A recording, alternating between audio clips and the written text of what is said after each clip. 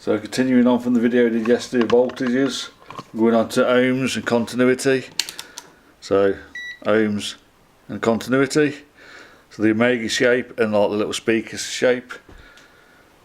On this one you have to press select to go through each one. So that's ohms.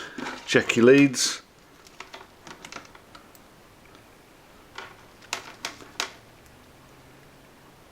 Sorry, I'm on capacitance.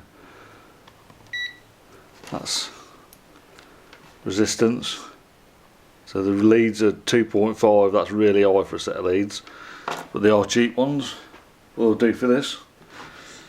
So I'm just going to check the resistance of this wire. It's going to tell me that the wire is intact, and it's going to give me the exact resistance reading of that wire, and you want it to be really low. So it's virtually nothing once you remove the lead ohms.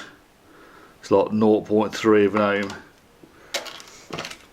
Then you can use it to test the resistance of a load of a piece of electrical equipment. This is a heater element, and that's 14 ohms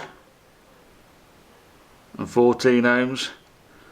So if you check the voltage here and you got a good voltage, and then you take the resistance of the unit, the electrical equipment, and that reads alright, next you check the resistance of the wiring to make sure that's alright. So that is it really for ohms. You're just measuring the resistance of the equipment. Too high a resistance and electric won't flow, and too low it will short circuit and blow. So you've got open loop and a reading. If it's open loop, it means you've got a split in your wires. So I'll just go over to continuity. You can check things like switches to make sure they're functioning.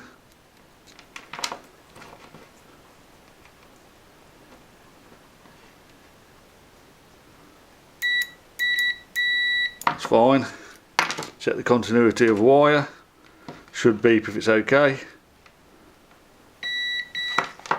And the resistance might be too high on a piece of electrical equipment. Sometimes it does work. It is beeping. So that's it for resistance and continuity. You're just checking the integrity of the electrical circuit and making sure the resistance ain't too high or too low, depending on what you're measuring for.